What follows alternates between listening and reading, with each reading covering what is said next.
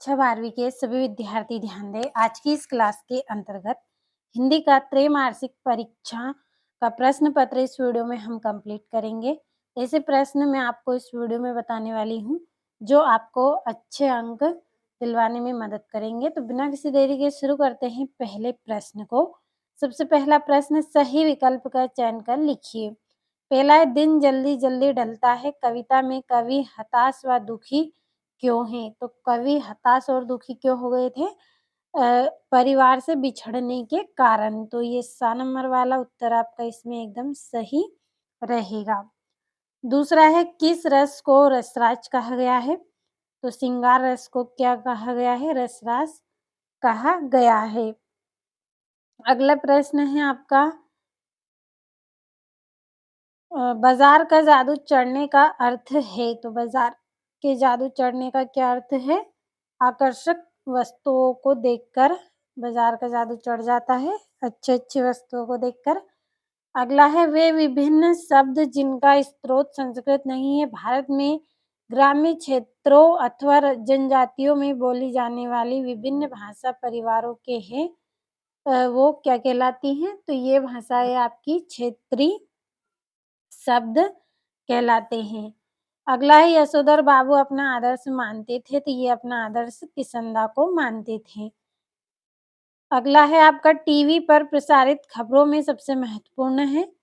तो क्या है? विजुअल, बाइट, नेट, उपरोक्त सभी। तो उपरोक्त सभी आपका सही रहेगा। बढ़ते हैं अगले प्रश्न की ओर। अगला प्रश्न है, रिक्त स्थान में सही शब्द का चयन कर लिखिए। पहला है, भक्तिकाल की प्रेम मार्गी शाखा के प्रमुख कवि हैं। तो इसका आंसर रहेगा आपका जयसी।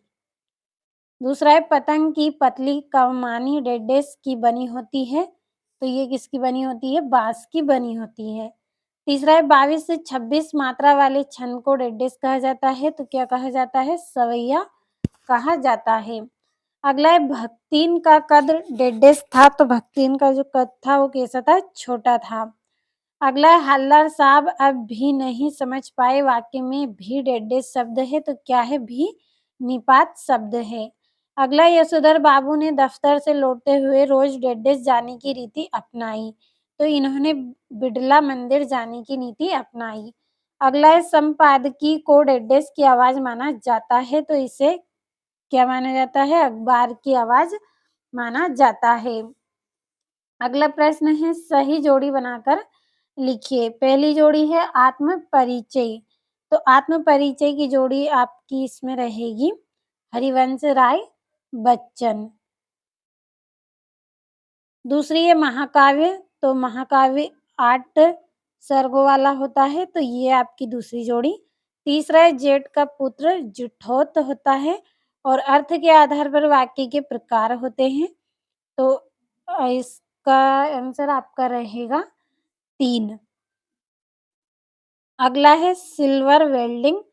इसकी जोड़ी रहेगी मनोहर श्याम जोशी। छठी है मुद्रित माध्यम की विशेषता। तो इसकी जोड़ी रहेगी आपकी शब्दों का स्थायित्व। तो ये हो गई है आपकी जोड़ियां। अगला प्रश्न, एक वाक्य में उत्तर दीजिए। पहला प्रश्न है, कविता का उड़ना कौन नहीं जानता है? तो इसका आंसर रहेगा चिड़िया। अगला है, जहाँ काव्य की शोभा वृद्धि का आधार शब्द हो वह कौन सा अलंकार होता है? तो शब्द अलंकार होता है।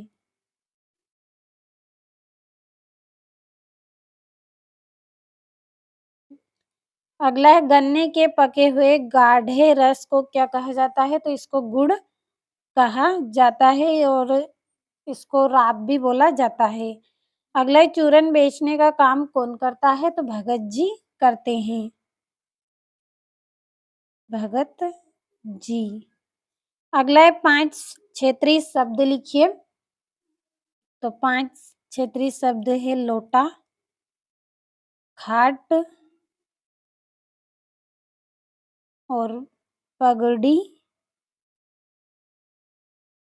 और धोती और झोला। अगला, किसंदा यशोधर को क्या कहकर बुलाते थे? तो ये हाउ इम्प्रॉपर कहकर बुलाते थे। हाउ इम्प्रॉपर कहकर बुलाते थे। अगला है डेडलाइन किसे कहते हैं? तो किसी कार्य को पूरा करने की अंतिम समय सीमा को डेडलाइन कहते हैं। तो मैं भर देती हूँ। तो यहाँ पे भर दिया है मैंने। अगला है सत्यासत्य लिखिए। पहला है सीधी बात भाषा के चक्कर में टेढ़ी फंस गई। तो ये आपका सत्य है। दूसरा है दुर्मिल सवैया का दूसरा नाम चंद्रकला है, सत्य है।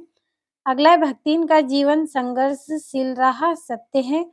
और लोकोक्ति को कहावत भी कहते हैं, तो सत्य है।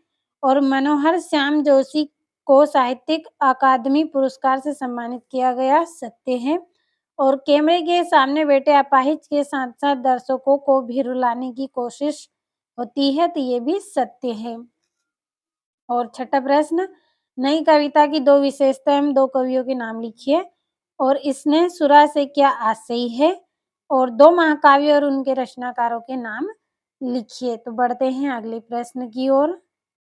नवा प्रश्न है विरोधाभास अलंकार की परिभाषा लिखिए। 10वां है गद्य की विधाओं को प्रमुख एवं गौण विधाओं में वर्गीकृत करके लिखिए। 11वां है लगान न चुकाने पर जमींदार ने भक्तिन को क्या सजा दी। 12वां है लोकोक्ति और मुहावरे में अंतर लिखिए। 13वां है शब्द युग्म क्या है उदाहरण सहित लिखिए। 14वां है यशोधर बाबू के चरित्र की विशेषता लिखिए। 15वां एक अच्छे लेखन के लिए ध्यान देने योग्य कौन सी बातें हैं। और निम्नलिखित बिंदुओं के आधार पर हरिवंश राय बच्चन अथवा रघुवीर शाही का साहित्यिक परिचय लिखिए। दो रचना कला पक्ष साहित्य में स्थान, इसी तरह से 17वां है। और सोटा छंद की परिभाषा उदाहरण सहित लिखना है। 19वें में आपतित गद्य ध्यान से दिया गया है, ध्यान से पढ़े। नीचे लिखे प्रश्नों के आंसर भी देना है, ये यहाँ से। और 20वां प्रश्न है जिसमें आपको पद्यांश का संदर्भ प्रसंग भावार्थ लिखना है, साथ में सौंदर्य बोध भी बताना है। और 21वां प्रश्न जिसमें संदर्भ प्रसंग व्याख्या है। और 22वें में आपको नगर पालिका अध्यक्ष को जल की अनियमित पूर्ति के संबंध में शिकायती पत्र लिखना है। और 23वें में निबंध करना है। तो जितने भी प्रश्न आज की इस वीडियो में बताए हैं सभी का स्क्रीनशॉट आपने लिया होगा, तो अच्छे से कंप्लीट करें।